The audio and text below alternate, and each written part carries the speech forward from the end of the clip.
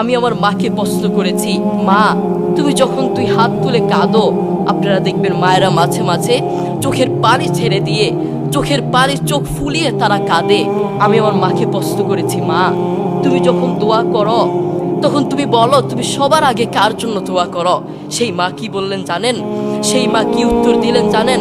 আরে বাপ, তুই জানতে চাস আমি যখন দোয়া করি, আমি যখন তুই হাত তুলে দোয়া করি, আমি আমার রোগের কথা ভুলে যাই, আমি আমার সমস্যার কথা ভুলে যাই, আমি সবার কথা ভুলে গিয়ে আমি যখন দোয়া করি আগে তোর জন্য দোয়া করি, আমার সন্তানের জন্য দোয়া করি। আল্লাহু আকবার। মুহাম্মদ সাল্লাল্লাহু আলাইহি ওয়াসাল্লাম একবার ওমর রাদিয়াল্লাহু তাআলা আনহুকে ডেকে বললেন, শোনো ওমর, হজ করতে ওয়াইস কারনী নামক একজন ব্যক্তি আসবে, তুমি তার কাছে দোয়া চেও, তার কাছে দোয়া চাইলে দোয়া কবুল হয়ে যায়। ওমর রাদিয়াল্লাহু তাআলা আনহুর মতো এত সম্মানিত একজন সাহাবীকে বললেন ওয়াইস কারনীর কাছে দোয়া চাইতে। তার কারণ কি জানেন? তার কারণ হচ্ছে ওয়াইস কারনী মায়ের খেদমত করতে করতে, মাকে সম্মান করতে করতে, মায়ের দোয়া নিতে নিতে এমন পর্যায়ে চলে গেছে আল্লাহ দুনিয়াতেই তাকে সম্মান দান করেছেন। আল্লাহু আকবার। দেখেছেন, এরপরেও কেন আমাদের মায়ের প্রতি ভালোবাসা নেই? একদিন আব্দুল্লাহ ইবনে ওমর রাদিয়াল্লাহু তাআলা আনহু কাবার পাশে দাঁড়িয়েছিলেন। তিনি দেখলেন একজন যুবক তার মাকে কাঁধে করে করে তাওয়াফ করাচ্ছে। আব্দুল্লাহ ইবনে ওমর রাদিয়াল্লাহু তাআলা আনহু তার দিকে তাকিয়ে থাকলেন। এরপর যুবকটি আব্দুল্লাহ ইবনে ওমর রাদিয়াল্লাহু তাআলা আনহুর কাছে এসে বললেন, আমি কয়েকটা বছর এভাবে আমি আমার মাকে কাঁধে করে বেড়াই, আমি আমার মাকে বাথরুমে নিয়ে যাই কাঁধে করে, আমি আমার মাকে খাওয়াতে নিয়ে যাই কাঁধে করে, প্রত্যেকটা জায়গায় আমি আমার মাকে এভাবে কাঁধে করে নিয়ে যাই। আপনি বলুন, আপনার কাছে আমার প্রশ্ন, আমি কি আমার মায়ের হক আদায় করতে পেরেছি? আমি কি আমার মায়ের হক আদায় করতে পেরেছি? আব্দুল্লাহ ইবনে ওমর রাদিয়াল্লাহু তাআলা আনহু কি বললেন জানেন? তোমার মা তোমাকে জন্ম দেওয়ার সময় কয়েক হাজার কষ্টের নিঃশ্বাস ছেড়েছে। তুমি যদি সেই কয়েক হাজার কষ্টের নিঃশ্বাস থেকে একটি কষ্টের নিঃশ্বাসের হক আদায় করার জন্য কিয়ামত পর্যন্ত তোমার মাকে এভাবে কাঁধে করে বয়ে বেড়াও, কিয়ামত পর্যন্ত একটা নিঃশ্বাসের হক আদায় করতে পারবে না। আল্লাহু আকবার। এই পৃথিবীতে আমাদের সবচেয়ে আপন এবং কাছের মানুষ কে? আমাদের মা এবং বাবা। তাদের চেয়ে আপন জোর আর কেউ নেই। আমাদের উচিত তাদের সাথে সুন্দর ব্যবহার করা, তাদের সাথে সুন্দর আচরণ করা। বন্ধু, আমি তোমাকে বলতে চাই, সবসময় মায়ের পাশে থাকার চেষ্টা করবা, মায়ের খেদমত করার চেষ্টা করবা, মাকে সহযোগিতা করার চেষ্টা করবা। কখনো একটা কাজ করবা না। সেই কাজটা কি? সেই কাজটা হচ্ছে কখনো মায়ের বদদোয়া নেওয়ার চেষ্টা করবা না। বন্ধু মনে রেখো, দোস্ত মনে রেখো, মায়ের বদদোয়া নিয়েছো মানে তোমার পুরো লাইফ নষ্ট হয়ে যাবে, পুরো জীবন নষ্ট হয়ে যাবে। মনে রেখো, রাইফেলের গুলি মিস হতে পারে, মায়ের বদদোয়া মিস হতে পারে না, ঠিক কিনা?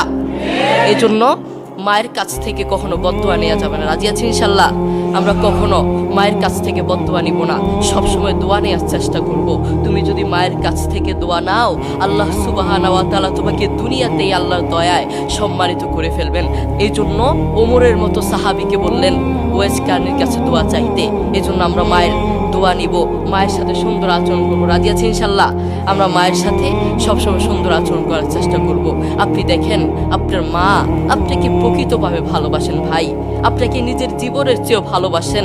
আর কাউকে ভালো না বাসলেও তার সন্তানকে ভালোবাসেন। আপনার বন্ধু আপনাকে স্বার্থের জন্য ভালোবাসে, যারা আপনার জন্য পাগল তারা আপনাকে স্বার্থের জন্য ভালোবাসে।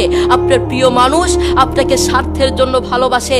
সারা পৃথিবীটাই ধোঁকা, আপনাকে সবাই স্বার্থের জন্য ভালোবাসে। আপনার প্রতিবেশী আপনার কাছে আসবে স্বার্থের জন্য, আপনার প্রিয় মানুষ আপনার কাছে আসবে স্বার্থের জন্য, আপনার ভালোবাসার মানুষ আপনার কাছে আসবে শুধুমাত্র স্বার্থের জন্য।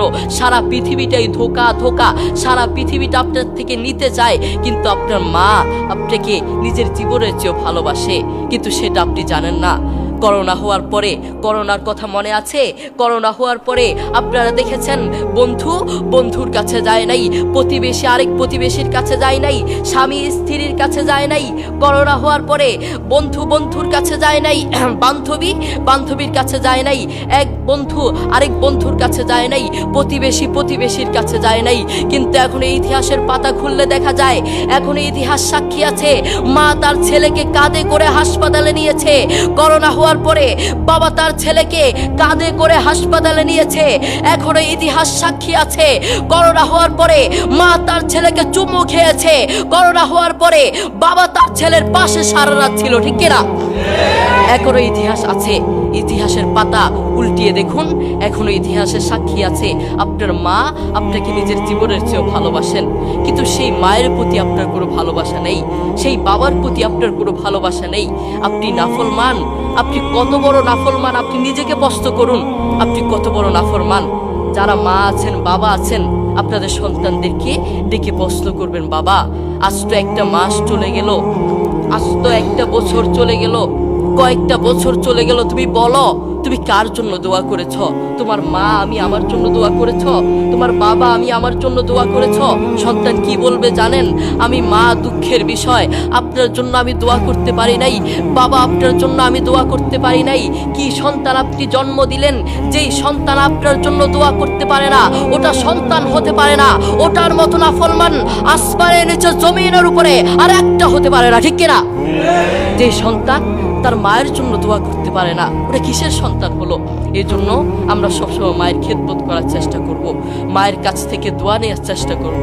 বন্ধু তুমি জানো, যুবক তুমি জানো, তোমার মা তোমাকে জন্ম দেওয়ার সময় কত কষ্ট করেছেন, সেই মায়ের জন্য তুমি দোয়া করতে জানো না। আমি আমার মাকে প্রশ্ন করেছি, আমার বাবা আমার দাদুকে প্রশ্ন করেছে, মা তুমি যখন দুই হাত তুলে কাঁদো, আপনারা দেখবেন মায়েরা মাঝে মাঝে চোখের পানি ছেড়ে দিয়ে, চোখের পানি চোখ ফুলিয়ে তারা কাঁদে। আমি আমার মাকে প্রশ্ন করেছি, মা তুমি যখন দোয়া করো তখন তুমি বলো তুমি সবার আগে কার জন্য দোয়া করো? সেই মা কি বললেন জানেন? সেই মা কি উত্তর দিলেন জানেন? আরে বাপ তুই জানতে চাস, আমি যখন দোয়া করি, আমি যখন দুই হাত তুলে দোয়া করি, আমি আমার রোগের কথা ভুলে যাই, আমি আমার সমস্যার কথা ভুলে যাই, আমি সবার কথা ভুলে গিয়ে আমি যখন দোয়া করি আগে তোর জন্য দোয়া করি, আমার সন্তানের জন্য দোয়া করি। আল্লাহু আকবার। দেখেছেন, মায়ের প্রতি আমাদের কোনো ভালোবাসা নেই।